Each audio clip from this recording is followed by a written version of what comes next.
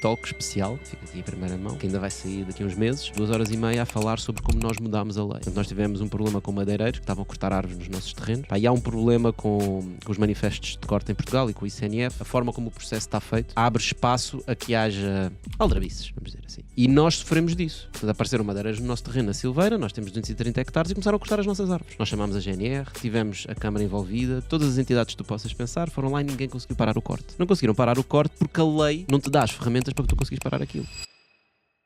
Ok. Então temos claquete. Tens? Claro. Ok. Sim, quando tens 100 e qualquer coisa episódios, já vale a pena ter 200 e tal. 200 e tal, que é que eu... 6 anos a lançar episódios todas as semanas. 6 anos, mano. 6 anos. Isso é que é um commitment. E... E é um commitment que foi feito desde o dia 1. Às vezes a malta pergunta, Tocha, qual é o segredo para o podcast? E eu digo sempre, é o episódio 100. Uhum. No nosso caso, o episódio 100 ia ser 3 anos depois de nós de começarmos, né? No dia em que começámos ia demorar 3 anos. 50 e poucos podcasts por ano. 52, vá. Para chegar aos 100 precisas de 2 anos. Mas tu já sabias desde o dia 1 estipulares que era um por semana? Sim. Ok. Sabes que eu tive a ver uma estatística muito interessante sobre isso, que é, para tu seres tipo top 5 ou 10% dos podcasters, tu só tens que fazer tipo 20 episódios, é uma coisa assim. E passas logo, porque se vais ver os podcasts são todos no 10. Yeah. Antes do 10. Uhum. 7, 8 e morre. E é sempre assim. Eu no meu também estou tipo no 100 e qualquer coisa e estava a ver essa estatística. Foi muito fixe. Não sei se já viste isto. Eu vi os analytics no Spotify. Eu ponho as coisas no Spotify todas e estava a ver os analytics dos views e do crescimento do canal. E tu vês tipo assim. E no outro dia estava-me a perguntar... olha, como é que tu cresceste o teu Spotify? E eu mandei os analytics, bem, são só 2 anos a meter conteúdo, a falar sempre do mesmo tema, que é negócios, empreendedorismo, fazer o que tem que ser feito, com grande consistência. E Isso aplica-se a montes de coisas na vida, mesmo. Montes de coisas que eu fiz. É um bocado aquela lógica que conhece a cena do IPO, quando uma empresa faz um IPO, o grande valor que a empresa cria é pós-IPO. Né? Portanto, tu tens, imagina, uma Amazon, que durante 20 anos não deu dinheiro, depois faz o IPO, os investidores fazem algum dinheiro, mas depois a grande parte do dinheiro, 90 e tal por cento do dinheiro, é feito pós-IPO. Né? O que a Google fez durante os anos depois do IPO é muito mais dinheiro, e o Facebook, todos esses. Nos projetos é semelhante, eu já percebi. Ou seja, tu enamoras-te no início, tu lanças o projeto, depois já fazer isto 6 meses, 12 meses. Não, tens de fazer 2 anos, 3 anos, 5 anos. E depois vais começar a ver os resultados. A mesma cena aconteceu-nos na Angels Way. Quando começámos a Angels Way, isso é muito difícil de fazer. As pessoas disseram-nos que era impossível fazer. Hoje, com a Angels Way já vai fazer 2 anos muito em breve. E nós olhando para trás para o que foi feito, sentimos no ecossistema agora as pessoas dizer, peraí, como é que eu me junto? Também quer fazer parte, não é? Isto tudo só veio porque nós insistimos. Eu às vezes acho que a malta desiste muito rápido. Uhum. Eu meto sempre um objetivo a longo prazo, com uma visão de longo prazo, né? E caminho para essa visão. A caminho da visão posso mudá-la, mas eu não posso deixar de caminhar, eu não posso sentar, porque se eu me sentar o projeto morre. Uhum. Tem que sempre continuar a andar. Eu Action creates results, né? Também tem esse meme. Eu tenho uma frase que diz muito à minha equipa, que é, eles estão nas redes sociais, que é, tu não precisas ser um gênio, só precisas continuar a caminhar quando o resto do pessoal desiste. Yeah. E é o que estamos a dizer, aplica-se em basicamente tudo. Mesmo a taxa de insucesso das empresas é extremamente alta nos primeiros anos, mas tu conseguis passar aqueles primeiros 3 anos, se não me engano, depois tens um pico de possível sucesso muitíssimo maior. Mas tu não tens o sucesso porque passaram 2 anos. Mas porquê 2 anos? É só que as pessoas que passam os 2 anos têm um determinado perfil, estás a ver? Ou seja, não é ao contrário. Uhum. E tu às vezes não consegues saber, só consegues saber ao fim de 2 anos. Yeah. Eu acho também muito a ver na fase em que tu estás e o que é que estás predisposto a abdicar. Na outro dia estava a fazer essa análise, que é, se eu tivesse que começar hoje na minha idade, no ponto em que estou com a minha família, do zero, seria mesmo do zero, tipo começar agora a empreender, eu não conseguiria aguentar tantos anos sem fazer um único euro como aguentei no início da minha jornada, porque Claro. simplesmente a minha estrutura familiar, a minha estrutura de custos não sustenta, tinha de ser suportada de alguma maneira. Então eu acredito muito, e gostava de saber a tua opinião, que o timing da implementação também tem um grande peso no sucesso ou insucesso da mesma. 2 tipos de timing. Tens o timing do mercado, que é aquela do you launch too late, ou não devias ter esperado, seja o que for. E depois tens o timing da tua vida, meu, que é bem importante. Porque és tu que vais estar a liderar aquela empresa, mas se tu não estiveres em condições, estiveres constantemente preocupado em pagar a renda da casa, como é que tu vais crescer uma empresa que tem um perfil de risco altíssimo e tens que pagar a renda da casa? Epá, é muito difícil. Percebes? Portanto, tens de primeiro fazer a pirâmide de Maslow. Tens que primeiro ter a certeza que tens o base para poderes viver, para tu poderes começar a pensar noutras coisas, né? É a lógica da batata. Yeah. O que eu gosto de dizer é muito difícil teres uma visão quando tens contas para pagar. E às vezes falo com empresas mais pequenas e eles estão a tentar explicar a visão e a dizer, pá, não sei se vem por aqui. E assim, pessoal, tipo, vocês não se preocupem com a visão daqui a 20 anos e não só obriguem a terem que saber qual é que é a visão. Acho que a primeira coisa que se devem preocupar é garantir na pirâmide de Maslow as necessidades básicas e garantir que tipo, vocês conseguem comer e viver numa casa sem ter que se preocupar. E aí sim consegues dar a dedicação ao negócio e desenvolver a tua mente para tal. Disponibilidade mental. E a disponibilidade mental. Aliás, vou-te contar uma coisa, nunca contei em nenhum podcast. Espero que o meu sócio não leve a mal de eu dizer, porque é uma coisa até Está para os ouvidos. pessoal dele, também se não gostar, nós damos muito bem, que é o Pietro tinha algo, por isso que nós fizemos, a Scalabs fez agora 3 anos, e desde o início da Scalabs o Pietro já tinha tido outras empresas anteriores, e quando começámos a empresa ele tinha alguns pagamentos que tinha que fazer de outras ventures que não tinham corrido bem. E durante o primeiro ano da empresa, a empresa já libertava o suficiente para ele, como sócio, tirar esse dinheiro e liquidar tudo o que tinha em falta. Mas nós pusemos sempre tanto a empresa primeiro do que nós e as necessidades da empresa primeiro do que nós, que foi do género. Não, nós vamos aguentar, neste caso, ele vai continuar por opção dele a suportar este burden todos os dias, ter que fazer isto, porque não quer pôr, porque quer pôr a empresa em primeiro lugar. E quando fizemos... Acho que foi quando fizemos tipo 2 anos de empresa. Estávamos aí de férias e mesmo antes de ir de férias ele estava em minha casa e ele ligou-me e disse assim, anda cá abaixo. E eu desci e o gajo estava todo contente, tinha acabado de ir ao banco e tinha liquidado absolutamente tudo que tinha e foi tipo aquele peso que saiu de cima foi tão grande que eu hoje sei que devíamos simplesmente ter feito isso muitíssimo mais cedo, mal tínhamos as possibilidades, porque aquele peso de carregar aqueles 20 quilos todos os dias faz com que nós andemos mais devagar no day to day. Yeah. E tu não notas. O problema é esse. É que tu não consegues fazer uma comparação do eu sem o peso. Yeah. Tu só consegues reparar nisso quando não tens o peso e pensas, parece que as minhas ideias estão a fluir melhor. Exato, porque não estás preocupado com outras tretas. Tu sentes isso no ponto em que estás, que és capaz de desenvolver muito melhores e com mais fluidez as ideias do que anteriormente? Muito mais. Yeah. Mas eu criei as condições para isso, ou seja, montei equipas, dei-lhes autonomia, alinhei-lhes os incentivos, alinhei o que é que eles querem fazer com o projeto onde estão, e quando tu tens essas coisas alinhadas as pessoas tornam-se owners. Quando as pessoas se tornam owners tu deixas de ser um operacional. Eu não sou operacional hoje em dia, é impossível eu ser operacional. E portanto, o que é que eu trago para a mesa? Não é? Se eu não sou o gajo a escrever e-mails, não sou o gajo a vender, ainda que faço vendas também, o que eu trago para a mesa é esta mistura toda e esta visão de helicóptero. Que às vezes não te compreendes, porque estás ali dia após dia a resolver bugs, a resolver problemas de clientes, a vender, etc. E tu não consegues fazer o zoom out para perceber, mas para onde é que nós estamos a caminhar? That's my job. É só isso que eu faço. E para isso eu tenho que ter a mente clean e calma. E como é que tu organizas a tua vida pessoal para garantir que a tua mente está clean e calma, para depois conseguires dedicar o tempo na vida profissional? Tenho um contrato, obviamente não um contrato escrito, né? Com a minha mulher, em que nós trabalhamos em equipa. Eu tenho 3 filhos, gosto de estar com eles e portanto eu procuro encontrar os tempos para estar com tudo. Estás a ver? Eu não olho para, tenho o trabalho e tenho a família. Não. Tenho uma série de projetos que estão a correr na minha vida. São tudo projetos. Às vezes dizem, os teus filhos são projetos. Claro que são projetos. Os meus filhos não são meus. Eles são pessoas autónomas, independentes e vão ter a sua vida. O meu trabalho como pai é tentar encaminhá-los de forma a que eles tenham o máximo de ferramentas possíveis para terem uma boa vida. Portanto, eles não são meus. Yeah. Estás a ver? As empresas não são minhas. Em algumas eu sou investidor, noutras fui o fundador, mas tenho sempre muitas pessoas. Portanto, eu olho para isto tudo como projetos. Eu tenho vários tipos de projetos. Tenho projetos que é para ganhar dinheiro, porque eu preciso desse capital para investir nos segundos projetos, que são projetos que se calhar não é para ganhar dinheiro agora, é para ganhar dinheiro no futuro, mas precisam de um investimento. Tenho projetos que é para ganhar dinheiro no futuro muito, muito longínquo. Tenho projetos que não é para ganhar dinheiro, e mesmo assim as coisas podem mudar. Por exemplo, quando nós começámos o Bitalk, estes últimos 6 anos gravamos o Bitalk, nós financiámos o Bitalk a 100%.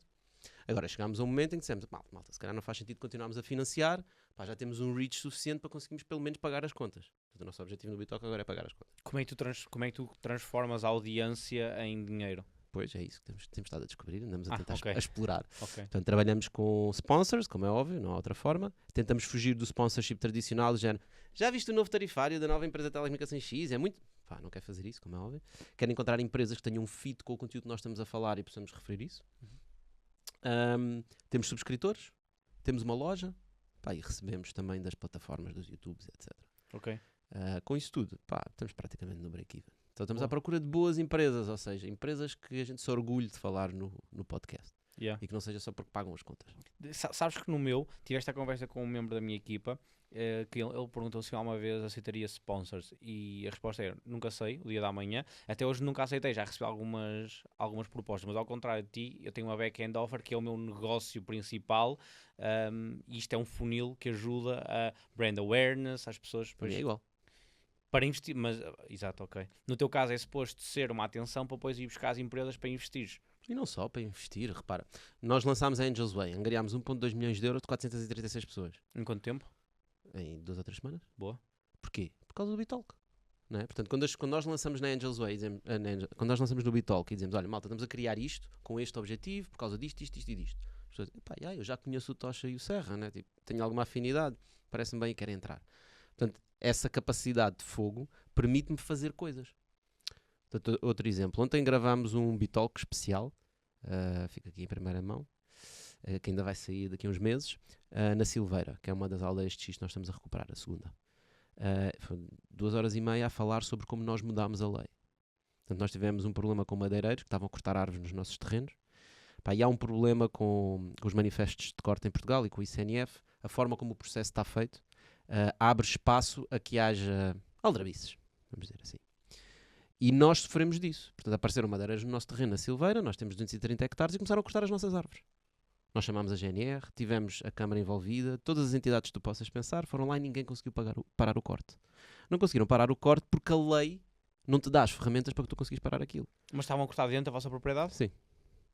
Mas não é legal entrar na propriedade de outra pessoa sem autorização? Pois. Depois vais ver o episódio um bocadinho mais complexo. Eles alegavam que alguém lhes tinha vendido as árvores, tinham um manifesto de corte do ICNF, o problema é que aquele terreno era nosso agora, tinham-lhe sido vendidos há 15 anos atrás. Ok, já percebi. Uma grande filme. Então nós fizemos um abaixo-assinado e recolhemos 20.000 assinaturas, fomos à Assembleia da República e mudámos a lei. Então a lei foi publicada no início de maio, a alteração da lei. Hoje, com a nova lei, eles já não conseguiam fazer o que nos fizeram a nós. O que nós conseguimos fazer foi também graças ao Bitalk e à força que nós temos, porque do outro lado da montanha, eles já tinham cortado os mesmos madeireiros 100 hectares de terrenos da Câmara Municipal. E nunca ninguém conseguiu fazer nada. E portanto, nós dizemos assim, ok, temos a sorte de ter este canal, vamos acionar o canal, conseguimos com o nosso canal parar os cortes, mesmo não tendo a lei do nosso lado, porque criámos tanta pressão que os clientes que lhes compravam madeira disseram que não iam comprar, para teres ideia. Mas a seguir dissemos, mas já que estamos aqui, temos uma responsabilidade também perante o país. Portanto, vamos mudar a lei, porque a gente sabe como fazê-lo. Temos 2 anos para mudar a lei. Mas mudamos. Isso é outro tipo de projeto, estás a ver? O que é que esse projeto é? É para dar dinheiro? É para fazer... Não, é simplesmente um projeto. E nos projetos que são para dar dinheiro, que projetos é que tu tens que são para dar dinheiro agora e quais é que são os projetos que tens para dar dinheiro daqui a muito longo prazo? Os projetos a longo prazo são estes investimentos que dizem assim, eu acho que o mundo daqui a 8 anos vai funcionar desta forma. Se o mundo daqui a 8 anos funcionar desta forma, as pessoas vão precisar deste copo. Então vou fazer copos. Né? Depois tenho 2 hipóteses, ou eu acerto nesse mundo ou não acerto. Se eu acertar, fixe, tenho uma empresa. Se eu não acertar, vai tudo para o lixo. E tens que acertar e tens que aguentar até até chegar lá. Yeah. Porque imagina daqui a 8 anos chegas lá e tipo, deixámos fazer os copos no ano 2. Também já me aconteceu. Tenho empresas fechadas. Ainda há pouco tempo estava num evento e estava a falar com uma pessoa de uma empresa grande de energia, tipo uma EDP. E ele estava-me a falar sobre um projeto que eles estavam à procura e eu, nós tínhamos esse projeto há 12 anos. E na altura fechámos, depois não havia capital, não sei o quê. Estávamos too early. Mas isso, tudo bem, acontece. Os projetos para dinheiro a longo prazo é esse. Os projetos de dinheiro a curto prazo é o que é que agora são negócios que faz sentido, né? Sempre ligados à área tecnológica. E no meu caso, preciso ter sempre pessoas para liderar os projetos. Ou seja, tenho montes de ideias no chuveiro. Mas não consigo estar sempre a fazer empresas, né? E portanto, muitas vezes tenho ideias, mas não tenho ninguém para liderar. E também não gosto de fazer inception de ideias. Eu gosto que as pessoas venham com as suas ideias. Okay. E depois eu, com a minha rede, com o capital, com o know-how, com o ecossistema, poder ajudar aquela empresa a ter sucesso. Mas, por exemplo, no Angels Way, o que é que tu estás a fazer? Estás a pegar em coisas que já são... Angels Way é diferente, porque Angels Way é um fundo, né? Uhum. Portanto, Angels Way é um fundo regulado pela CMVM que investe em startups 50k e depois nomeia uma equipa de suporte desses Angels, que são 5 Angels, que acompanham aquela startup e dizem: o que é que precisas? Estou a tentar contratar um engenheiro da AI XYZ. Ok, a gente vai procurar. E há pouco tempo uns estavam à procura de contactos em farmácias. Nós mandámos para a comunidade a dizer: malta, olha, a empresa X está à procura de contactos em farmácia. Alguém tem? Está aqui o deck para enviar, e está aqui o que podem dizer, e está aqui o e-mail para fazer a intro. E lá 436 pessoas a olhar para a sua lista de contactos a ver se conhecem farmácias e a fazer introduções ao founder. Uhum. Ou seja, nós resolvemos, como os investidores, o problema que a empresa tem. Se conseguimos ajudar, claro. E nessas empresas é que é pre-seed? É, por investimento de startup, idealmente nós investimos na fase pre-seed, podemos investir até seed. Na verdade, nós podemos investir desde que a comunidade aprove. O objetivo da comunidade é investir. First ticket, first investment round. É o ideal. Esse é o nosso sweet spot. Porque senão, os nossos 50k valem muito pouco de equity. Né? Depois ficamos com 0,00001% de uma empresa. Também não tem interesse. Nós procuramos ter pelo menos um dígito. Tipo 4%, 5%, 3%. Mas para uma pre-seed que não tem qualquer tipo de vendas, eu até diria que 50k mais capital inteligente, que traz apoio, te daria uma maior porcentagem de uma empresa que é uma ou duas pessoas só com uma ideia. Sim. Nós normalmente eu aponto para tipo média, digamos, contas de merceeiro. Primeira ronda de investimento é uma avaliação à volta de 1 milhão. Bons founders conseguem 2, melhores founders 3, mas anda à volta disso. Portanto, 50k no milhão dá de 5%. Uhum. E neste preciso momento vocês estão com perto de terminar com o fundo, a alocação do dinheiro? Sim, já investimos em 13 ou 14 empresas, faltam-nos 6. E depois vamos ver o que é que a comunidade decide fazer. Há várias coisas em cima da mesa, mas eu estou convencido das conversas que já tive com os vários angels que nós estamos interessados em continuar isto, angariar mais capital e continuar a investir. Uhum. E há quanto tempo é que estás a deploy esse capital? Janeiro de 25. E durante este ano já tiveste... 2 startups já levantaram rondas. Depois de vocês? Sim, a Dojo AI e a Grantor. A que avaliações, por curiosidade? Não quero estar a mentir aqui live. Mas na Dojo fizemos 3, 4 vezes. Uhum. E na Grantor há de ser qualquer coisa semelhante. Não Okay. tenho exatamente os números em mente. Mas é o típico de startup, né? Tipo, do exemplo da Dojo. Levantou 1 milhão em safes. Nós fomos uma das safes 50k. E agora fechou uma ronda de 6 milhões. E vocês lideraram a segunda ronda? Nós não fazemos follow. Nós só fazemos first ticket. Continuamos lá, continuamos a ajudar, mas não fazemos follow. Porquê? Porque o nosso objetivo é investir em mais startups, apoiar mais startups do ecossistema. Nós queremos é trazer capital para o pre-seed, que é onde falta em Portugal. Grandes fundos a investir em seed, series A, temos em Portugal. Falta o pre-seed. Okay. E é aí que a gente se quer focar. Não há follows, 50k, depois ajudar no que for possível. E desde essa altura já tiveste quantas que foram belly flop? Que fecharam Nenhuma. mesmo? Nenhuma fechou? Até agora nenhuma. Ok. E o que é o objetivo? É suposto, quando é que tu queres que elas comecem a ficar financially independent, tipo, a gerar? Pá, isso é a lógica de startup. A lógica de startup é não há financial independence. Tipo, se tu queres é continuar a crescer. Yeah. Tu queres é mais capital, queres é despejar mais capital, queres queimar mais dinheiro, quer para embarcares mais. É a lógica da Amazon, é 20 anos a perder dinheiro para agora ser o maior do mundo. Uhum. É a lógica de startup. Angels Way é startup pura. Portanto, se é uma empresa de consultoria para implementar a AI em PMEs, como agora há por aí algumas, a Angels Way não vai investir nisso. Yeah. E neste caminho, depois como é que tu pegas em 5 pessoas que também são investidores e alocas àqueles do processo de 5 angels em cada empresa? É escolhido pela comunidade. Ok. Ou seja, o angel que traz, que é o angel father, é logo o primeiro que faz parte da equipa de suporte. Portanto, o gajo, tu não consegues submeter uma startup na Angels Way. Tu tens que convencer um angel, existem 436, e ele é que te traz para a Angels Way. Não há formulário de submissão, ao contrário de todos os outros fundos. Okay? Nós temos sempre alguém que te vai defender dentro da comunidade e que vai, no fundo, ser o teu porta-voz para os 435 angels que estão a discutir e a votar. As pessoas estão a fazer perguntas, mas como é que eles vão fazer vendas? Epá, estes números no ano 2 parecem-me exagerados. Confirma lá com eles porque é que esta linha diz não sei o quê. Portanto, há uma discussão. E depois de ser aprovado o investimento, essa pessoa torna-se Angel Father, vai fazer parte da equipa de suporte, e depois são eleitos mais 2 Angels. Random, votações? São eleitos, é candidaturas. É como as nossas eleições, é do género. Olha, eu por acaso percebo desta área, pá, acho que consigo ajudar com isto, isto, isto e isto. Vem outra. Olha, eu não percebo nada desta área, mas acho que consigo ajudar com isto, isto e isto. Tens várias candidaturas, também normalmente são tipo 5, 6. e depois destas 6 nós votamos e escolhemos 2 pessoas. E essas 2 pessoas fazem parte da equipa de suporte durante 1 ano. Depois podemos trocar as pessoas se o momento da empresa exigir outras coisas. Agora precisamos mais alguém de growth, ou precisamos de alguém mais de ads. Consoante o que for necessário, nós temos ali aquela pool de angels e nós metemos alocados os angels que são necessários para ajudar aquela startup. Porquê? Porque nós não queremos os founders a falar com 436 pessoas. O que é preciso ser para ser um angel? O que é um angel? Um angel é alguém que investiu no fundo Angels Way. Ok, qual é que foi o mínimo e o máximo? Para O mínimo é 1.200 euros, o máximo é 12.000. Ok. E depois esse é o capital que é da área de deploy nos 50k em cada uma. Boa. Exatamente. Qual é que foi a tua maior aprendizagem desde que começaste o Angels Way? Maior aprendizagem? Que quando alguém te diz que é impossível, não é impossível. Okay. Yeah? E esta, repara, eu já sabia esta, obviamente, né? Já me tinham dito várias vezes impossível. O meu receio nesta é que está envolvido um regulador, que é a CMVM.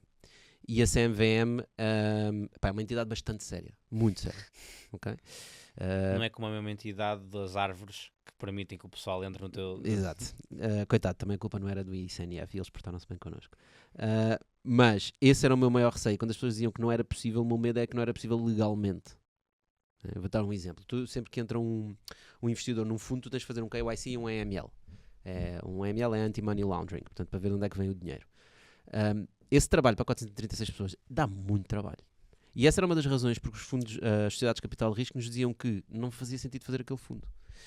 Como é que nós resolvemos o problema? Criámos um mecanismo de chave móvel digital. Todas as pessoas que entram têm que fazer login com a chave móvel digital. Portanto, se não tens chave móvel digital já não podes entrar na Angels Way.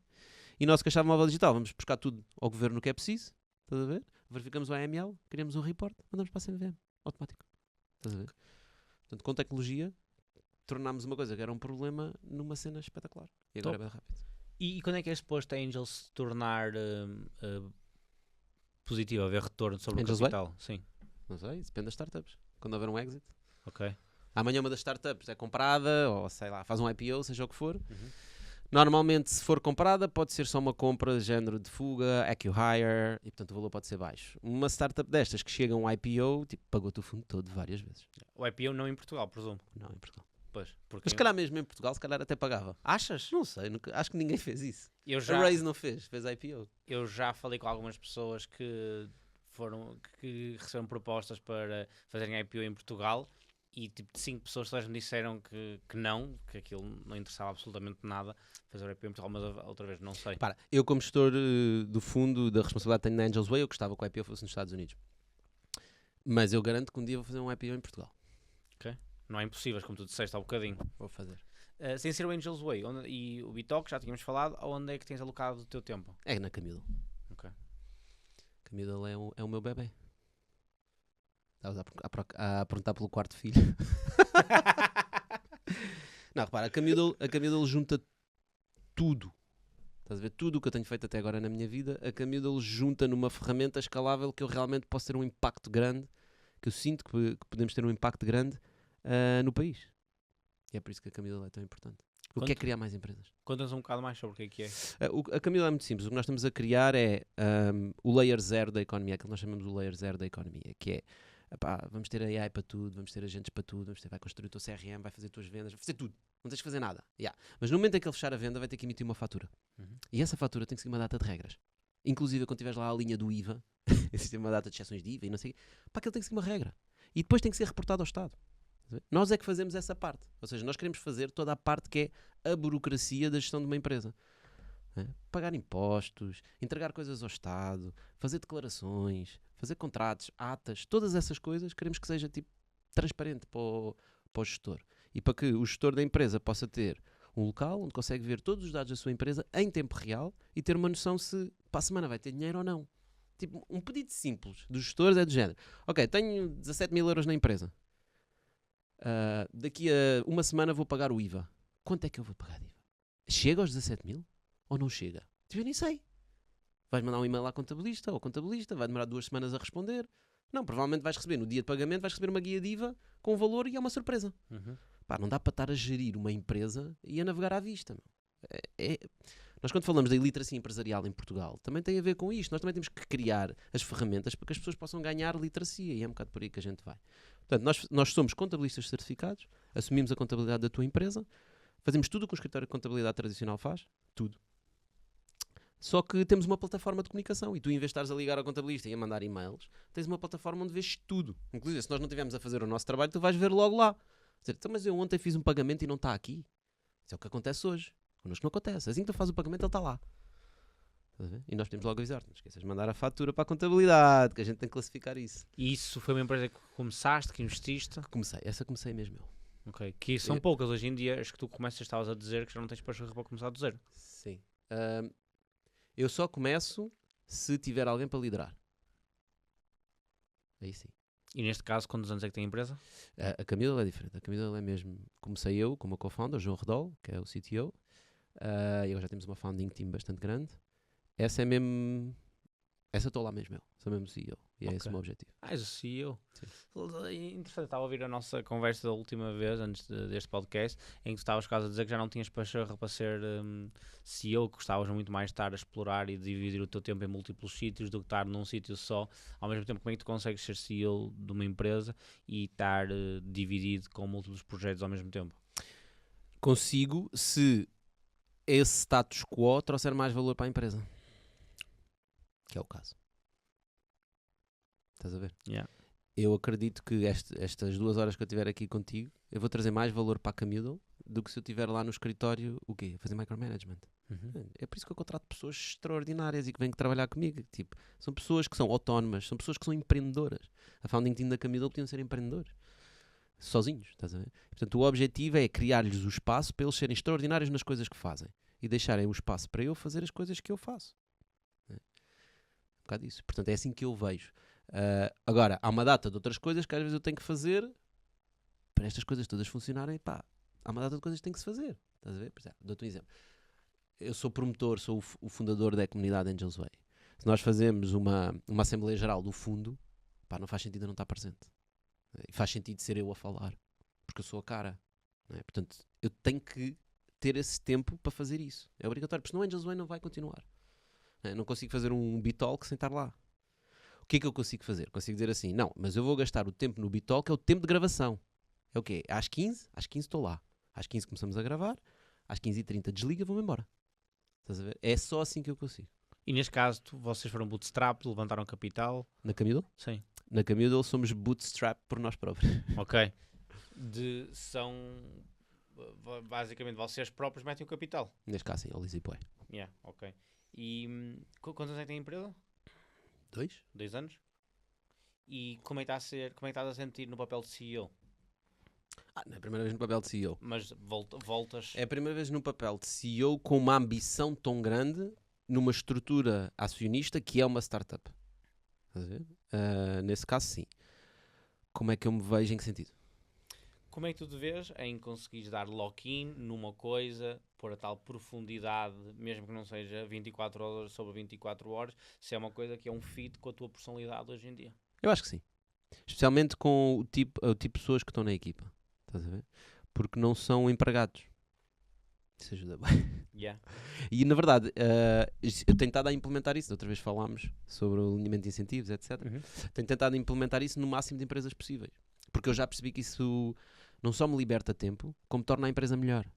Quando a empresa é tua, if you act like the owner of the company, it's only a matter of time until you become the owner of the company. É um bocado isso que eu tento vender às pessoas. Tipo, eu quero que vocês sejam completamente independentes e tipo, telefonem-me quando têm algumas dúvidas ou precisam tipo, mais para a esquerda, mais para a direita. Tá? Yeah. Sabes que hoje uma das métricas mais importantes para mim do sucesso é o meu rácio de manager e executor. Basicamente são duas coisas que podes fazer dentro da empresa. Ou estás a executar ou estás a ajudar alguém a executar. Depois podes ajudar alguém que ajuda alguém que ajuda alguém para executar. Mas ou faz ou estás a ajudar a executar. Se não, és chairman e mesmo assim estás a ajudar o CEO a executar. Exato. Então eu divido o meu rácio entre executar e ajudar a executar. E consigo estar com alguma estabilidade num 70-30, em que 70% do meu tempo é passado a ajudar a executar e 30% ainda é necessário para o executar. E o mês passado, deixa eu ver que mês em que estamos. Estamos em maio, por isso, janeiro, fevereiro, março, abril. Foi um bom mês financeiramente para a empresa e o meu sócio estava a mandar o reporte financeiro e depois eu reuni com a minha C-suite e disse, certo, mas vocês violaram o meu tempo como executor. Então eu não consegui manter os meus 70% como ajudar a C-Suite a executar, por isso isto não vai acontecer. Eu não posso, ok, fizemos mais algumas dezenas de milhares de euros de margem, mas o meu tempo foi violado. Então isso é uma métrica muito importante para mim, que me ajuda muito porque eu tenho uma empresa e quero construir uma empresa e não quero construir um emprego. Isto não é suposto ser um emprego bem pago, é suposto ser uma empresa. Então, para isso acontecer, eu forço todos os dias a barra a que o meu tempo não seja violado. E é fixe, é por isso que o dinheiro também é porreiro nestes casos, porque eu não podia fazer isso no início da empresa, porque é tipo, ok, eu não posso estar ao luxo de não fazer aqueles extra, chamar-lhe 5.000 euros, porque não há fundo de oxigênio, que é o que eu chamo ao dinheiro. Mas agora entrando no terceiro ano da empresa, eu estou cada vez mais intransigente e isso alterou um bocado desde a última vez que falámos. Eu já tinha essa ideia e já implementava, mas agora falando com pessoas como muitas pessoas que eu falo, mas o exemplo do Bruno Mota que temos perto de nós que nos ajuda a tomar decisões e perceber que ele no ano 5 foi o ano em que ele consegue dar o drop-off na sua totalidade para ser tipo 99, 1% de ajudar a executar e executar. Eu forço muito esta barra porque eu sei que este tempo, que se eu não forçar, vai-me custar muito, o opportunity cost vai ser muitíssimo mais caro mais tarde. Então eu queria entender do teu lado, das empresas que tu começas, são basicamente empregos de outras pessoas, porque estão no bootstrap e é o que é, precisas. E tu não acreditas que o facto de tu pegares em pessoas que estão só, fazendo aqui um bocado um pivot para ti, São empregados. São empregados? Não. Tens que alinhar desde o início, tipo, quais é que são as expectativas das pessoas, o que é que as pessoas querem. Ok. E tem-te corrido bem esses alinhamentos com estas empresas? Às vezes sim, às vezes não. A questão Boa. é sempre, depende das pessoas. O mais importante é as pessoas, óbvio, toda a gente sempre diz isso, mas é mesmo verdade. Ou seja, o sítio onde as pessoas estão, se as pessoas estão no sítio certo. Às vezes até tenho pessoas muito fixes, mas que estão no projeto errado. E eu tenho é que perceber que elas estão no projeto errado e passá-las para o projeto certo. E elas simplesmente revelam-se. Mas, obviamente, todas as pessoas são assim? Não. Mas todas as pessoas que eu contrato, tento que sejam assim? Sim. Estás a ver? Ou seja, não consigo contratar toda a gente. Mas as pessoas que tiverem este mindset, que querem ser donos de empresas, que querem ser donos de equity, ou acima de tudo querem ser donos dos resultados. Ou seja, querem sentir que, ok, se nós esforçarmos este mês e vendermos mais, temos que receber mais. Esse que é o modelo de incentivos que eu te falei, que é, pá, vendes mais, recebes mais, vendes menos, recebes menos. Agora, não és um sócio da empresa no sentido em que não investiste, não metes o capital, não tens todas as responsabilidades. Muito risco. Não tens o risco todo. Não tens tanto risco como um sócio. Mas tens algum risco. E por teres algum risco, tens uma componente variável e essa componente variável depende de ti. Uhum.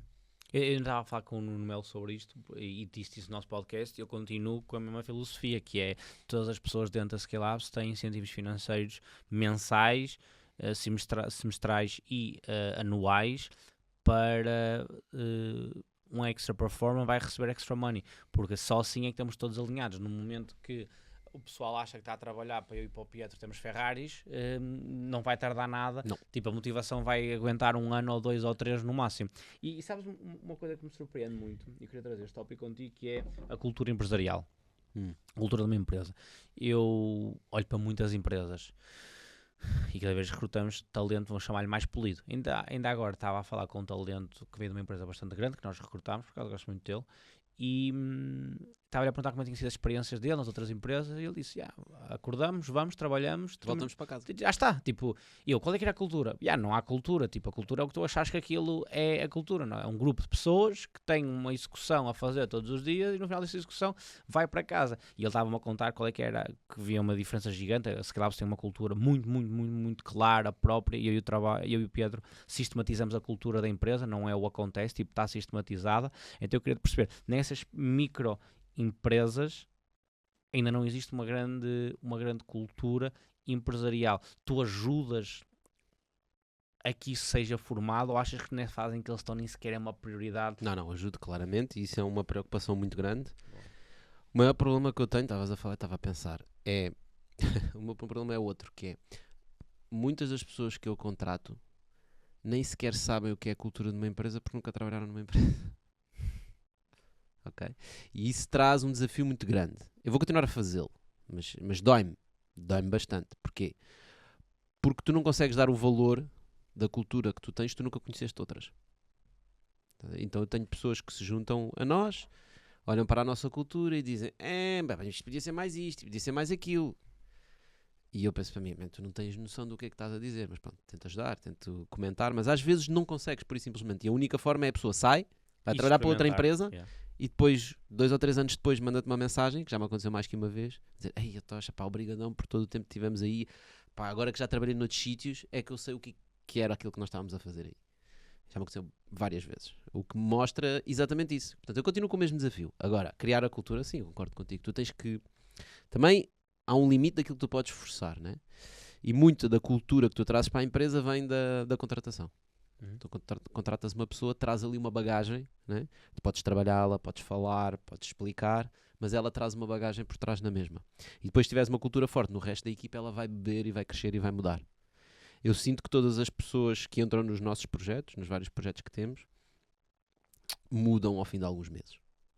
E eu acho que isso é sinónimo de que nós temos uma cultura e eles estão a beber dessa cultura. É a única forma como eu tenho de responder a tua questão. Yeah. Eu tento sistematizar atualmente, porque a cultura para mim agora já não é one-to-one, é one-to-one to many. Então eu tenho que incutir na minha chefia intermédia, e sempre incutir desde o dia 1, e depois a minha chefia intermédia faz a entrega. Hoje em dia tenho pessoas no day to day, nós estamos quase 30, que eu não privo com eles. Eu vou almoçar de vez em quando com eles e estou a par e recebo os relatórios, mas nós no dia a dia não estamos lá. Então uma das coisas que me tem ajudado muito é sistematizar a cultura em ações concretas que estão executadas sobre longos períodos de tempo de forma extremamente... A minha curiosidade está em como é que eu consigo transformar estas pessoas em verdadeiros donos de empresas. Que eles sintam mesmo o ownership. Que é do género, isto só depende de mim. O Tocha até pode passar aqui e mandar umas bocas, mas isto depende de mim. Yeah. Eu vou dizer o que é que eu tenho feito dentro da Scale Labs e tem resultado no sentido que temos crescido 100% ao ano e temos uma taxa de retenção do meu day talent muito, muito alta, e o churn que temos é quase todo churn intencional de cortar quem são os bottom performers. A primeira começa por um processo de recrutamento muito, muito metódico. Por exemplo, a minha primeira no recrutamento, a minha primeira entrevista, que hoje em dia é o meu diretor que faz, é só cultural fit. Tanto que eu estava com eles presencialmente agora nas férias e eles estavam a dizer, foi bué estranho, porque eu sabia que ia ter a primeira entrevista, perguntei ao recrutador, o que é preciso preparar, e eles disseram, não, é só seres tu. E o gajo a dizer, mas eu não sei o que é que isso quer dizer, o que é que vocês estavam ali a testar? E porquê? Porque a primeira entrevista é só cultural fit, é uma reunião só para te conhecermos e só para percebermos como é que é dentro da Scale Labs. E nós não tentamos pôr pérolas no porco, é mesmo tipo dizer, é assim que nós operacionamos, estes são os nossos valores, esta é a nossa cultura. Então, desde o dia 1, dar accountability às pessoas do que é que eles vão entregar. E depois é como tu disseste muitas vezes, é um sistema de alinhamentos. Tu não podes dizer, take ownership, mas depois as coisas correrem bem, não tens resultados, e depois se correrem mal, vais embora. Então tem que haver, a meu ver, eu não conheço outra melhor maneira do que criar um sistema de incentivos, de alinhamento de ambas as partes. É uma, e depois a falta de micromanagement. Tipo, eu não faço micromanagement a absolutamente ninguém. Se eu tiver que fazer micromanagement, alguém vai ter que ser despedido. Yeah. Não há outra, tipo, se eu começo a fazer o micromanager porque as coisas estão num ponto que é tipo, ok, champ, vais para probation para nós é um sistema que nós desenvolvemos que é quando as pessoas começam... Quarentena, né? É mesmo isso, quando começam com erros sistemáticos, é tipo, ok, agora vamos fazer aqui um micromanagement de 10 dias sobre isto, mas já sabes que depois, tipo, na layer de consequências, depois desse probation, o que vem a seguir é o despedimento. Não há ou sais do probation ou vais para a rua. É isso. E essa frase é assim um bocado dura, no sentido que as pessoas às vezes ouvem isso e ficam, mas tipo, parecem uns mercenários e não sei o quê. Malta, mas percebam, tipo, repara, eu estou a investir grande parte da minha vida nisto. Tu estás a investir grande parte da tua vida na tua empresa. Tipo, eu não estou aqui para ser o bonzinho do mundo, meu. Eu estou à procura das pessoas que me vão ajudar a fazer aquilo uma realidade. Se não és tu, tudo bem, mano, vai a tua vida. E para além disso, não é justo com as outras pessoas. Exatamente. Eu penso muito nelas, porque hoje em dia já não é por mim. Nós somos quase 30, estamos a 30. Se eu tiver um talento B que não está a dar perform e eu estou ok com isso e não digo nada, eu estou a comunicar às outras pessoas que é ok ser average, estou a comunicar que aquele é o meu novo standard. O standard da empresa é aquilo que tu toleras que as pessoas façam. Se alguém dá um soco ao Tocha e não é despedido, esse é o novo standard. É tipo, ok, dar um soco ao Tocha é despedido. Se ele der 2 socos e é despedido, ok, isso já não aceitamos. Então Um soco é na boa, 2 não. Exatamente, 2 é. Ih, ó vá, man, já Estás a exagerar. foda-se, 2 dias consecutivos, já chega desta brincadeira. Dá lá, põe-te a andar. Então é o que tu toleras dentro da tua empresa e como tu comunicas. Porquê? E é assim que eu penso e diz-me se achas que eu estou errado. Aliás, tens mais volume. Por acaso não tens muito mais volume no sentido que eu também olho para muitas empresas e posso ser interior, mas tens muitos mais anos de experiência do que eu e isso eu gosto muito de beber do teu conhecimento, que é é lixado ser uma microempresa. Porquê? Tu queres grandes talentos. Não consegues. Não. Primeiro, o grande talento não quer ir brincar contigo. É tipo que tentares contratar o Ronaldo para a quarta distrital. O gajo não quer ir jogar a bola contigo, campeão. E mesmo se quisesse não tens dinheiro para lhe pagar. Exatamente, que é a segunda. Mas ele não quer. Tipo, não quer jogar. Porquê? Não. Porque ele não acredita no projeto. Ele não vê a visibilidade de crescimento do projeto em que ele vai sentir o fulfillment. Um A-player, antes de aceitar, vai perguntar qual é que é a tua visão para o negócio, onde é que tu queres levar o negócio. Isso é muito mais importante do que simplesmente quando é que vais pagar todos os meses. Então, se tu não cresces a empresa, não permites que o talento aumente. Se não permites que o talento aumente, não consegues ir buscar outras pessoas, não consegues ir buscar pessoas com mais skill sets, vais estar sempre naquele limbo, que é o que temos, que é o average company em Portugal, que fatura 300 mil euros e tem medo de pessoas e dá basicamente... É 300 mil euros, não é? Yeah, eu vi a métrica que era 300 mil euros. Pensei que era 1 milhão. Não, 1 milhão a média das empresas, nem pensar. Isso tem a certeza. Não, média. Nós temos 1.4 milhões de empresas com menos de 10 empregados. Pensei que a média de faturação dessa empresa andava entre os 500 e 1 milhão. Não, eu vi 300 mil euros. Yeah. E do EBITDA disso é mesmo bué de abaixo. O EBITDA é 0. Yeah. Até porque se tu fizesse o EBITDA bem feito, essas pessoas não tiram salários em grande parte. Se tivessem que começar a tirar salários, era EBITDA negativo, tenho a certeza analítica. Sim, tem lá uma data de custos que não tem nada a ver com a atividade da empresa. Isso Yeah. é o típico de gerir uma empresa em Portugal. Mas a culpa dos empresários gerirem assim as empresas é também a culpa do nosso Estado, não é? Achas? Acho. Eu não responsabilizo o Estado por nada. Eu acho que eu tenho Acho que a carga fiscal é tão alta que as pessoas encontram manhas. Estás a ver? E como os negócios não têm margens muito altas, é a única forma. Certo, mas aqui, então vou dar uma outra opinião, que é... Ninguém nos mandou ser empresários, campeão. Está bem. Certo? Ninguém te apontou uma arma à cabeça e disse tens que começar um negócio e tens que fazer isto. Mas certo? tens que ganhar dinheiro. Tens que ganhar. viver. Tens que viver, mas exatamente, ninguém te disse tens que começar uma empresa. Então, Está bem, mas mesmo se fores empregado, és desventrado pelo Estado na mesma, vai lá pagar 6k para um gajo. ele vai receber 3, certo? A ser Estado sem fazer nada, vai mamar metade. Estou bem a par disso. Pois?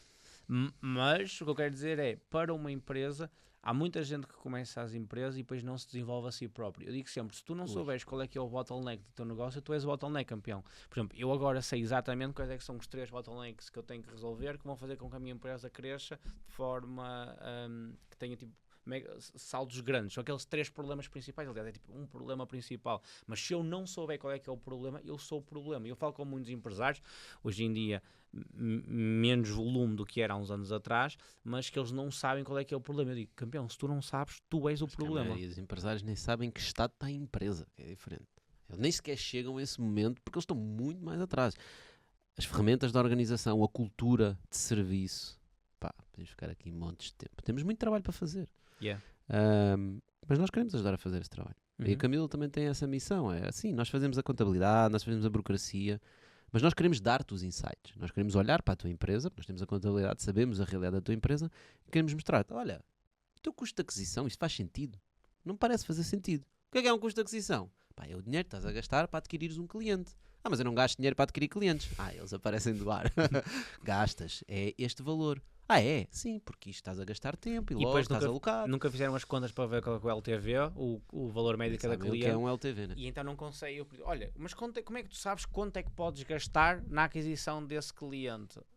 Não sei, ok, mas tens que fazer o rácio de qual é que é o teu CAC para o teu LTV, para o teu Client Lifetime Gross Profit, para saber. No outro dia estava a falar com alguém, estava a dizer que o nosso CAC são milhares de euros. E ele estava, ai meu Deus, isto é péssimo. Eu disse, man, não me perguntaste qual é que é o meu LTV. Depende, exato. Por isso, eu estou-te já a dizer que eu tenho um rácio tipo de 1 para 10. Por isso, não te preocupes, eu posso bem jogar este jogo de aquisição. E no final do dia, as empresas fortes ou as empresas que conseguem jogar este jogo são as empresas que têm um rácio maior de CAC e LTV.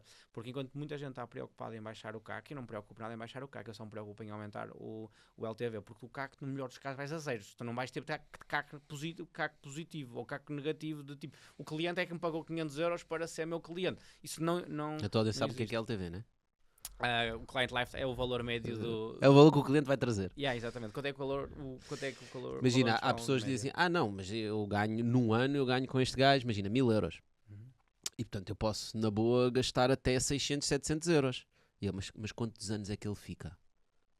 Porque se ele ficar em média 5 anos, já não são 1000, são 5000. Yeah, já podes gastar bem mais que 600. E mesmo assim não é um rácio top. Para serviços eu gosto sempre de olhar para 1 para 10. Sim, serviços, as margens têm que ser altas. Yeah, até porque o teu risco estás constantemente à procura de não morrer. Yeah. Que é a vantagem dos pinga-pingas. Dos pinga-pingas. É previsível. Yeah. Por isso é que tem múltiplos de EBITDA de 10 e de 15, porque tem essa avaliação. Aliás, que é previsível. Tu falaste nisso com o Parreira, por isso bora puxar isso, de Ricardo Parreira, que vendeu a PHC, também eu tive no meu podcast, gosto muito e agradeço o tempo dele.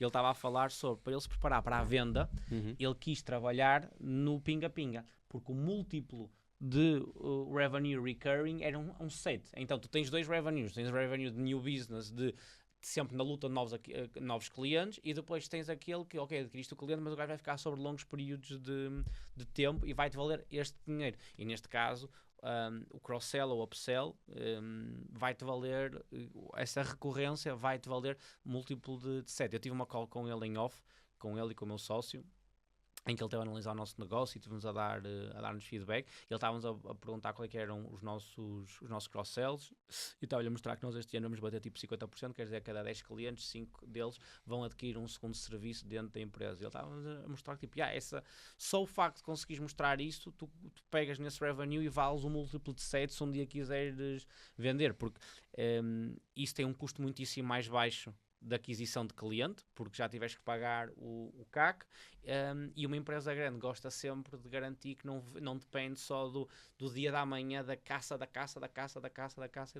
Yeah. Posso dizer que tenho como objetivo este ano, e estamos bem encaminhados para fazermos à volta de 1 milhão de euros em cross-sells e upsells dentro da Scale House em 2026. Sim, às vezes as pessoas estão à procura de novos clientes e os clientes estão mesmo ali. São os que tu já tens. Yep.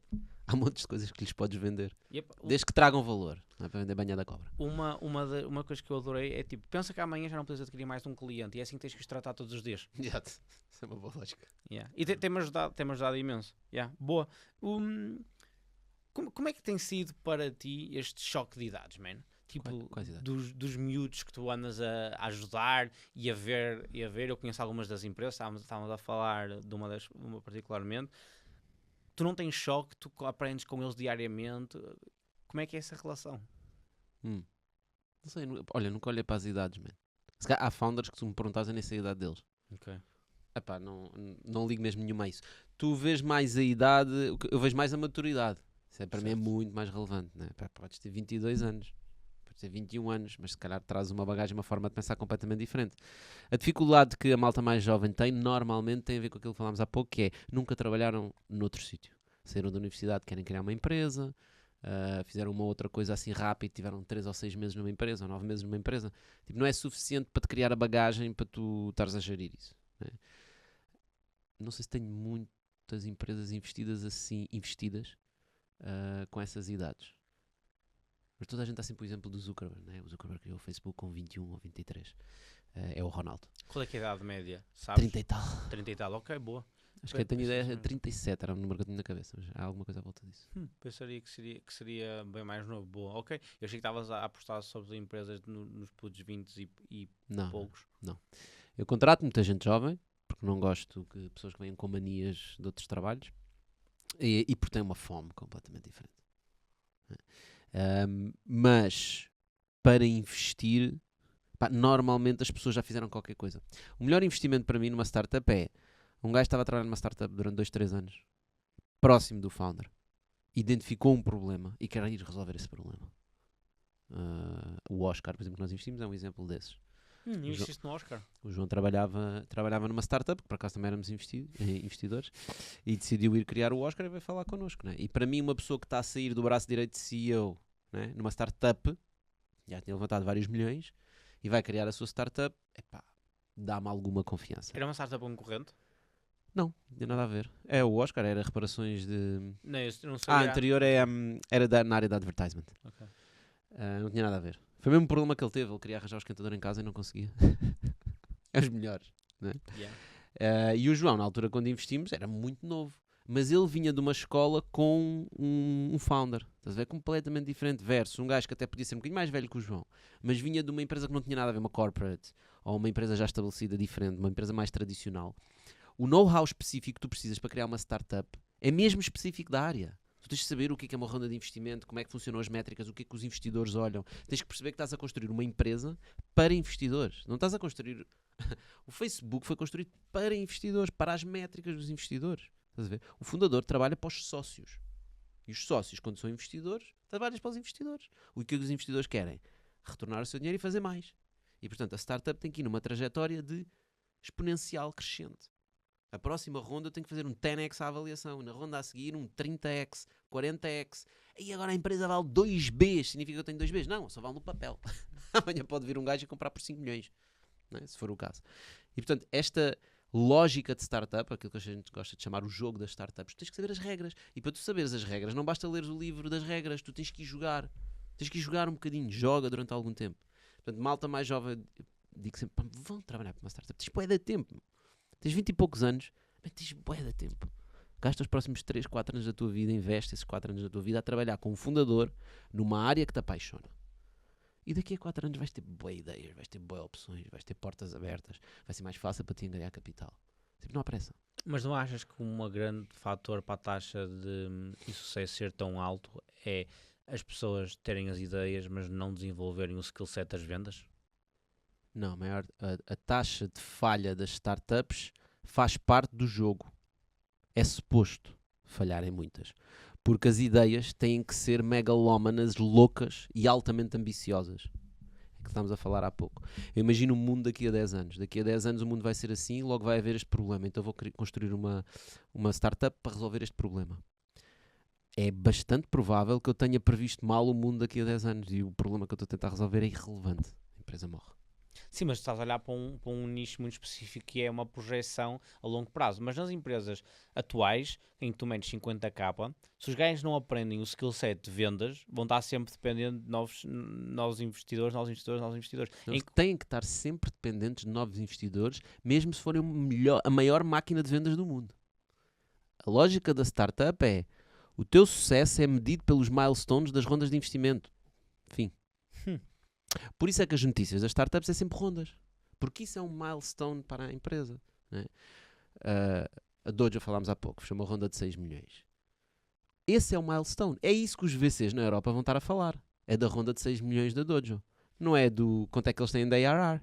Que para mim é que é a métrica interessante. Né? E portanto o ARR, ok, obviamente os investidores depois perguntam o ARR, mas quando veem que tu estás a fechar rondas, tu estás a crescer, porque se tu estás a fechar rondas, outros investidores estão a olhar para os teus números e estão a dizer, ok, ele está a crescer, continua a crescer os 15% de mês, 20% de mês, uma startup tem que crescer. O jogo é sempre para os investidores. Tu queres continuar a diluir, continuar a angariar capital, continuar a queimar dinheiro. Isso é que se chama burn rate. Burn rate da startup é mesmo queimar dinheiro. É literalmente queimar dinheiro. Para quê? Para assambarcar mercado. Mais uma vez, lógica Amazon. Anos a perder dinheiro, mas a estabelecer uma marca e um hábito. E no dia em que eles flipam, milhões ou Bs de lucro. Porquê? Porque já tem o mercado, já tem o teu hábito de ir lá, como o Uber fez. Quanto é que custavam as viagens do Uber no início do Uber? Eu lembro-me, aquilo era ridículo. Eu olhava para os preços e dizia, que loucura. E dizia sempre à malta, olha, vamos fazer esta viagem, agradeçam aos VCs da Uber. Isto é dinheiro dos VCs que está a ser queimado para a gente andar a 2 euros de Uber. Agora não andas a 2 euros de Uber. Na altura estava a ser financiado pelos investidores e o Kalanick ia buscar mais dinheiro para financiar ainda mais. Ele, se pudesse dar viagens grátis, ele dava. Grátis não dava porque tu precisas do hábito do dinheiro sair da tua conta. Mas viagens a 1 euro. Go anywhere for 1 euro. Sounds like a good offer. Malta ia aceitar. Ia criar o hábito. E, portanto, as startups procuram o hábito. Que é quantas vezes tu abres a minha app. Para quem já viu o filme do Facebook, há um momento engraçado que o founder do Napster está a ver o Facebook e está lá com uma rapariga e ela faz um comentário. E o comentário que ela faz é: It's freaking addictive. I notice myself being on it all day. Uma cena assim. Esse foi o clique dele. Não foi, que giro, uma rede social. Que é uma rede social. O clique dele foi: há um user que acha que aquilo é tipo uma droga. Quer conhecer este gajo.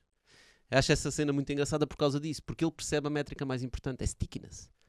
Quantas vezes é que tu abres a app? E portanto, se tu conseguires criar esse hábito, é para isso que serve o dinheiro de VCs. Tu crias esse hábito e depois monetizas o hábito. Mas ao contrário dos Estados Unidos, tu não és tão facilmente VC-backed cá como és nos Estados Unidos. Então o teu burning rate, estas empresas tiveram anos e anos e anos e têm acesso a capital. Eu tenho amigos meus nos Estados Unidos que começam as empresas, há avaliações, a última que ele teve foi 200 milhões e o pessoal está sempre a meter lá dinheiro. E a simplicidade com que eles conseguem levantar... É um mercado maduro, onde há muito mais capital. Em Portugal há algum capital, mas nós em Portugal temos outras vantagens para os Estados Unidos. Temos muitas desvantagens, mas temos algumas vantagens. Por exemplo, os nossos custos são mais baixos. Um engenheiro é muito mais barato. Né? Testar o mercado é muito mais barato, porque o mercado é muito mais pequeno. Também não é mercado suficiente para ti, mas ao menos é um mercado de teste. Né? Uma startup nos Estados Unidos não lança para os Estados Unidos inteiros. Se calhar vai começar ali em São Francisco, na Califórnia, numa cidade da Califórnia, porque a Califórnia é gigante. E portanto, esse mercado pequeno, esse custo mais baixo, é o leverage que nós temos. Obviamente que se estiveres nos Estados Unidos e tiveres contacto nos Estados Unidos, consegues angariar mais capital lá, porque muitas startups também querem ir para lá. Mas também há produtos que podem não fazer sentido nos Estados Unidos. Mas seja como for, o sonho de qualquer startup é fazer um IPO na Bolsa de Nova Iorque. Né? Como é que tu ajudas ou incentivas as empresas em que tu investes para um dia conseguirem fazer o IPO nos Estados Unidos? Eu não ajudo nada nisso, no sentido que eu não preciso de os motivar. Eles já estão motivados por eles próprios. É por isso que eles vêm ter comigo. Eles vêm ter comigo, vêm claramente com uma ideia. Aliás, essa faz parte, como tu fazes o cultural fit nas entrevistas, que é a mesma lógica. O que é que tu queres fazer com isto? Há uma frase que o meu pai diz que eu gosto muito, que é: quais são as tuas intenções? E portanto as intenções têm que ser boas. Ou pelo menos têm que ser fit com aquilo que nós queremos. Eu quero ir para a IPO e não sei o que mais. Ok, mas pelo teu negócio não acredito que vais conseguir fazer isso. Portanto, sendo que tu queres ir para a IPO, mas a tua empresa não faz sentido ser IPOable, nós não vamos investir porque não há aqui um fit. Eu quero atingir o break-even o mais rápido possível. Que tipo de negócio é que é? É um marketplace e queres atingir o break-even. Isso não vai funcionar, my friend. Porque tens um marketplace, tens que jogar o jogo das startups. É uma consultora de IT e quer fazer um IPO em Nova Iorque. Mais uma vez, o fit. Quer chegar rapidamente ao break-even? Sim. Quanto é que precisas faturar para chegar ao break-even? X. Quanto é que custa o teu serviço? Y. Ok, então tens que vender 10 mil dos teus serviços. Man, isso não é realista. Não, tens que vender, se calhar, 10 por mês. Ok, já começa a ser mais realista. Né? Ou seja, depende muito do tipo de negócio e quem é o fundador que está à frente. Por isso é que eu não gosto de inventar empresas e procurar fundadores. Eu gosto que venham já a ter comigo. Eu gostava bué de fazer isso. Tenho boas ideias, bué de fixe de empresas que eu gostava de fazer. Mas não tenho a pessoa e não vou fazer Inception. Ainda não vi isso a funcionar. A cena dos Venture Studios, etc. Quantos unicórnios é que saíram de um Venture Studio? Acho que não muitos. E o que é que tem corrido mal? No sentido de, quando corrido mal, são as maiores aprendizagens? Quando corre mal é pessoas. Okay. As coisas que me correram piores até agora foram más entrevistas. Tu pensas que a pessoa é uma e afinal a pessoa revela-se a outra. E quanto tempo é que tu demoras entre a entrevista e a ver a realidade? Pois, às vezes esse pode ser o problema. O problema é startups muito quentes, tu não tens muito tempo. Defino muito quentes. Startups que têm um fundador com muita experiência, que já levantou capital e que agora diz: olha, vou fazer outra cena. Tens investidores que dizem: toma. Mas tu nem sabes o que é? Não preciso saber. Eu também faço isso. Ainda há pouco tempo falei com um fundador nosso da comunidade. Ele disse: estou a pensar criar uma... Ele já foi founder, agora está a fazer outras coisas. Ele disse: estou a pensar criar uma startup nova. E eu disse logo: eu invisto. Yeah. Mas nem sabes o que é, Tocha. Eu conheço-te, man. Eu já sei o que tu fizeste no passado. Eu conheço-te, sei os nossos valores. Já sei por muitas coisas que nós já passámos. Já temos anos juntos. Seja o que for, eu tenho certeza que vai ser bom. E se não for muito bom, de certeza que tu me vais ouvir e vais adaptar e vai ficar ainda melhor. Agora, depois, no momento, pode acontecer situações que podem deixar de fazer sentido. Já me aconteceu. A seguir vai e diz: olha, fechei um fundo gigante, a nossa primeira ronda vai ser 5 milhões. Ele: calma, é que 5 milhões como primeira ronda já não é... Isso já não é para mim. Isso é para os grandes VCs. Eu quero entrar e quero ter equity, que eu quero te ajudar. Agora, se me vais meter numa empresa onde eu vou ter 0,1% de equity, óbvio, também quero que tenhas sucesso. Mas eu tenho mais 82, onde tenho muito mais do que esse equity. Obviamente, quando tiver os dois a ligar ao mesmo tempo, eu vou atender a chamada do outro, não é? Portanto, é uma questão de respeito também que eu faço. Eu não entro em rondas onde eu fico com equities muito baixas, porque não acho justo. Eu não vou ter a motivação para querer ajudar aquelas pessoas. Qual é que é o mínimo que tens atualmente de uma empresa? Pá, tenho de tudo. Tenho de tudo. Mas 0 ponto... Tens 0 pontos alguma coisa de alguma coisa? Diretamente não tenho. Através de fundos, tenho. Ok. Temos. Nesse caso já é temos. Sou eu, que tenho a responsabilidade de gerir o dinheiro, e os LPs. Nesse caso, por acaso, os valores mais baixos de equity que tenho até são os LPs que tomam a decisão de investimento, portanto estou tranquilo com isso. E isso é o pior que te tem acontecido. Pessoas. É investires... Epá, e mentirem. Pá, mentira que é uma cena tão estúpida, porque o nosso ecossistema é tão pequeno, meu. Tipo, a gente conhece todos, meu. Todos os investidores em Portugal conhecem-se. Se tu és um founder e queres enganar um investidor... O que é enganar um investidor? Mentir. Mas aqui é pintar, pôr pérolas no porco sobre a ideia para ir a uma ideia que ele acha Não, que o tu vais... problema não é a ideia. Quando estamos a falar no reporte de vendas do mês passado, Ok. tem lá 10 mil euros que não existem. Recorrentemente. Ou escondes coisas aos investidores. Isso é legal. Completamente. Mas às vezes esconder coisas que não são assim tão relevantes, não é? Às vezes a forma como falas sobre as leads, potenciais leads, porque é que aquele saiu, porque é que aquele gajo se foi embora. Ah não, ele incompatibilizou-se com a equipa, mas o que é que aconteceu? Se calhar foste tu que foste uma besta. Yeah. E portanto, normalmente, quando correu mal, foi isto. Às vezes consegues identificar rapidamente, já me aconteceu, em poucos meses identificar isso e conseguir fugir, encontrar ou ele comprar, ou seja como for, tentar recuperar o dinheiro investido. Às vezes demora anos, também já me aconteceu. Mandar empresas para o charco, passado 2, 3 anos e pensar, que estupidez, uma empresa incrível. Às vezes também as pessoas têm problemas na vida e coisas acontecem, eu percebo isso. Epá, mas não mintam. Sabe, mentir 100%. Sabes que é uma das... Eu acho que eu e tu caminhamos para o mesmo destino, fazemos percursos diferentes. E tu tens muitos mais anos do que eu, por isso eu... De certeza, vamos todos morrer. Sim, aí também, certo. Por acaso tenho uma filosofia sobre isso, até acho que se calhar não vamos morrer.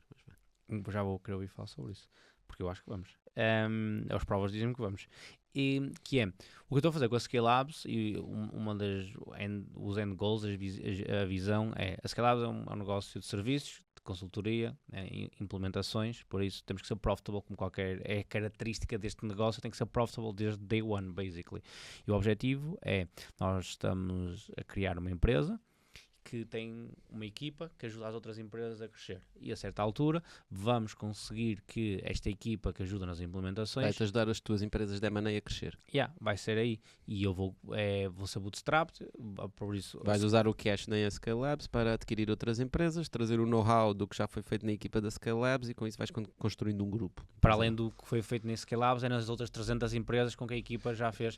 Com os clientes que as pessoas estiveram lá e viram o que é que funcionava, o que é que não funcionava, boas práticas, más práticas, aprendizagens. E um dia a Scale Labs irá ser o funil para, como o Bitoque é para ti, para chegar, a Scale Labs adquire sim, vai ser o funil da maneira. Exatamente, depois vai ver tipo as boas e diz, olha, nós estamos a olhar para o coração desta empresa, Públio, e ela preenche aqui uns requisitos muito top, bora ver se não interessa só meter tipo 200 mil euros e fazê-la crescer. E então essa é... Pronto, essa é uma forma de fazer. Yeah. E é verdade que somos muito parecidos nesse sentido, porque também foi assim que nós fizemos.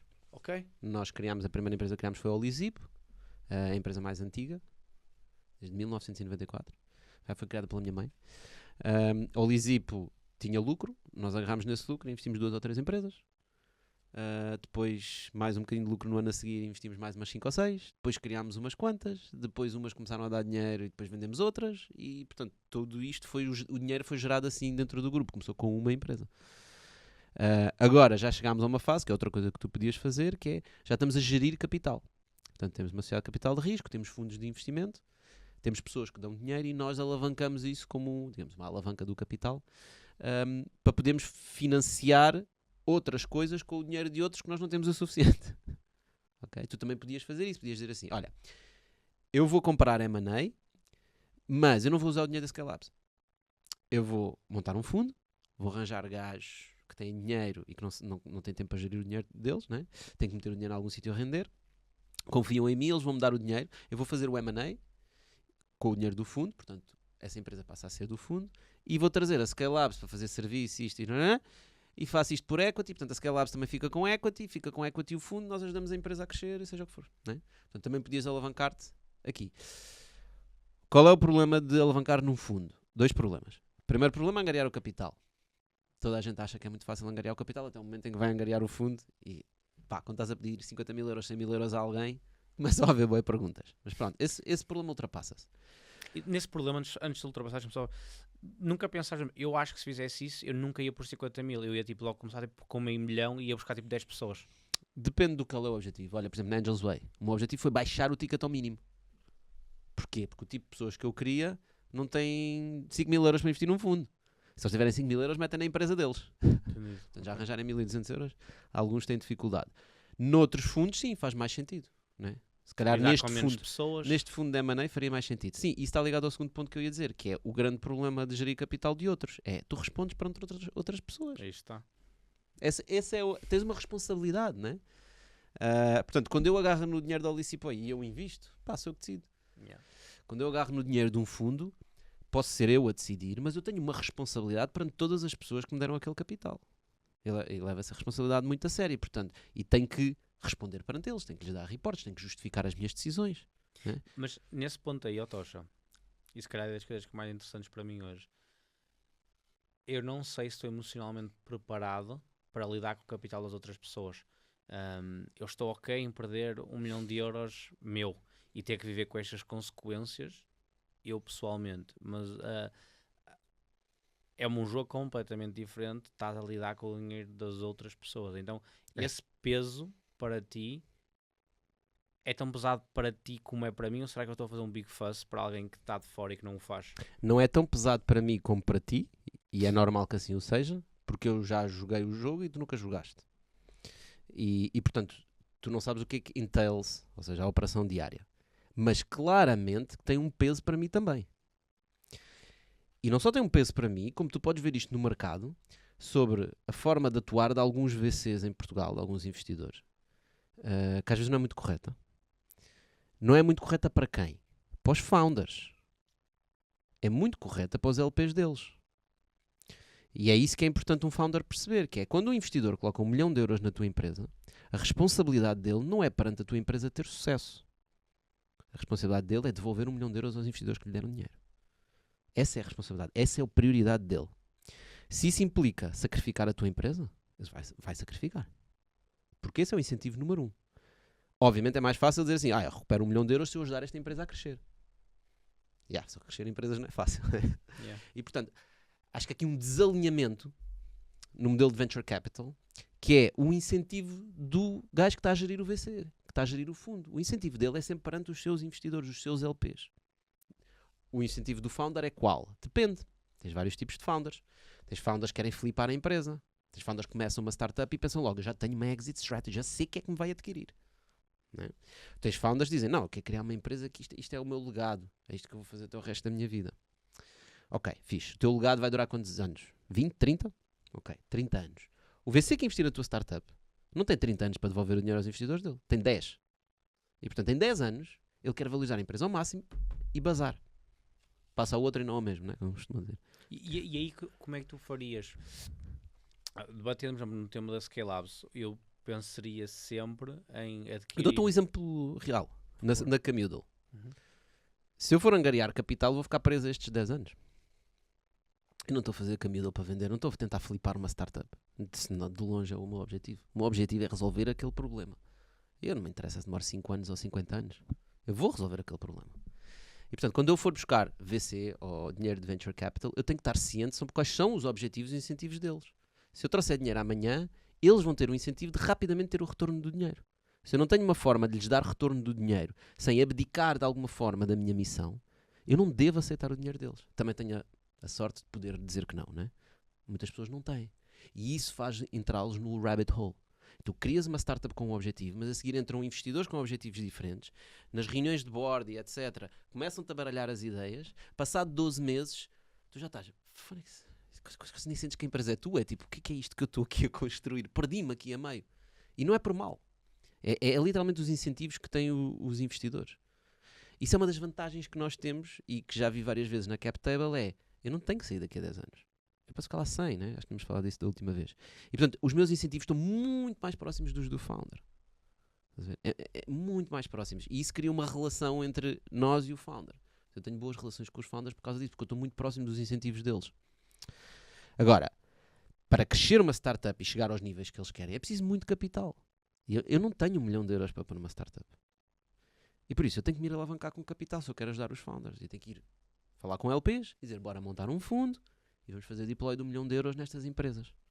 O que é que eu tenho para oferecer? O track record do que eu já fiz com o meu próprio dinheiro. E é por isso que nós agora lançamos fundos no OW Ventures. O que é que nós estamos a tentar fazer? É fundos de nicho, para tentar darmos valor. Portanto, agora o último que lançámos foi o Sports Tech, que é basicamente um fundo que só investe em startups de desporto. Porquê? Porque o tipo de pessoas que nós estamos a trazer para lá são pessoas ligadas ao desporto, pessoas que conhecem bem o desporto. Portanto, nós queremos que esses LPs, apesar de fazerem tickets normais de LPs, 50, 100k, seja o que for, que eles sejam disponíveis para ajudar. Não é o modelo da Angels Way, que é altamente participativo, mas é um modelo em que nós temos ali uma série de pessoas úteis para aquela indústria. E amanhã vamos lançar outro fundo e vai ser novamente nicho. Portanto, nós não queremos lançar um fundo de 50 milhões para investir em startups, estás a ver? Muito de nicho, para eu tentar mitigar o problema dos incentivos de venture capital. Tentar meter ali os gajos que são do desporto, ok, que percebem a cena. Ok, como é que mitigas os 10 anos? Epá, não mitigas. Podes estender o fundo, mas as pessoas à partida querem o dinheiro de volta, né? Quem é que está disposto a meter, tipo, mete aqui 100 mil euros num fundo e daqui a 20 anos pode ser que eu receba alguma coisa? Ninguém. Muito pouca gente. Yeah. Ficas a saber que no dia que eu começar a preparar esse jogo, vai ser uma das chamadas que eu vou ter. Massa, quero-te agradecer o teu tempo. Obrigado. Foste muito top a aceitar, foste o meu primeiro convidado que viemos cá pela segunda vez, quero-te agradecer. E vou-te propor aqui um desafio. No próximo podcast que fizermos, daqui a 1 ano, 2, 20, quando tu quiseres, traz um founder teu. Ok.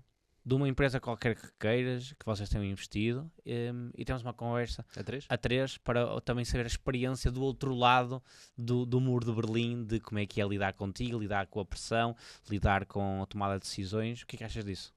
Podemos fazer. Não tem problema nenhum com isso. Queres meter, para não ser daqui um ano, bora tentar meter aqui uma data nisto? Bora. O que é que tu achas? Eu digo-te, maio, nos próximos 2 meses, tentar fazer um outro podcast. 10 vezes não vai dar. Okay. Vamos apontar para o final do ano. Outubro? Tipo isso. Ok, vou meter aqui no meu calendário, outubro, fazemos isso, tá? Tá bem. Mas há vários founders. Vários tipos de founders. O que tu quiseres. O que tu quiseres. Vais ter até outubro para pensar, campeão, por isso não te vai faltar tempo. Top. Fixe, obrigado.